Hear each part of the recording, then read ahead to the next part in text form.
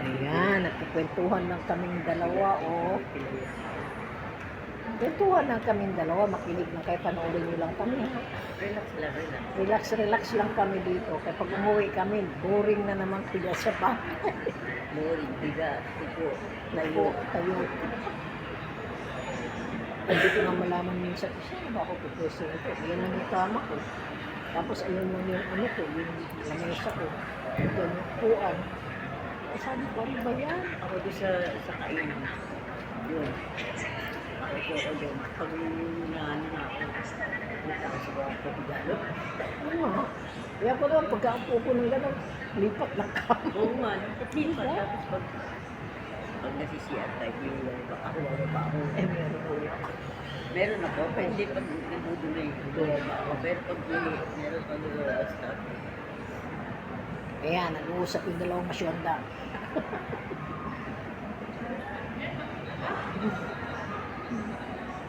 Sharo, pag ito pa hindi pa na sa pag-upload ko mamaya, aywan ko na lang sa inyo mga guys, mga ka-solid friends. Wala na kami magawa ng ating Wala. Pag para bang may inis na. Yung nakahiga. Tayo. Kasi nga, hindi nga sanay tayo nakatambay sa bahay.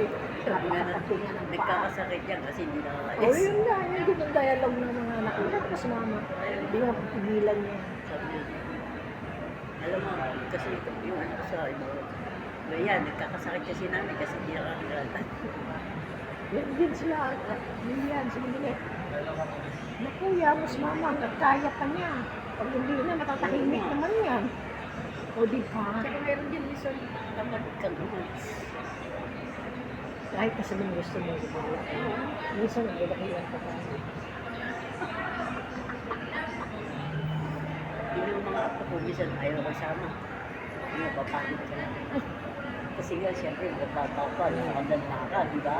O, Ako naman, pag nag-amin sila nililito sila doon sa SM, pinalalayan nila sa Oy, lola nyo, lalayan nyo yan.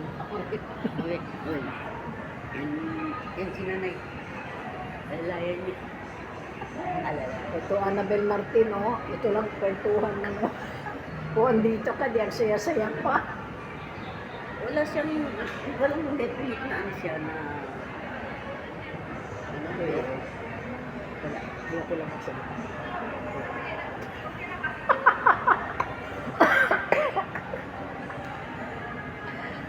Ayan, short video lang po tayo. Nag-uusap lang kami. o, sisa, maingit ka. Ay, mabot si Sisa.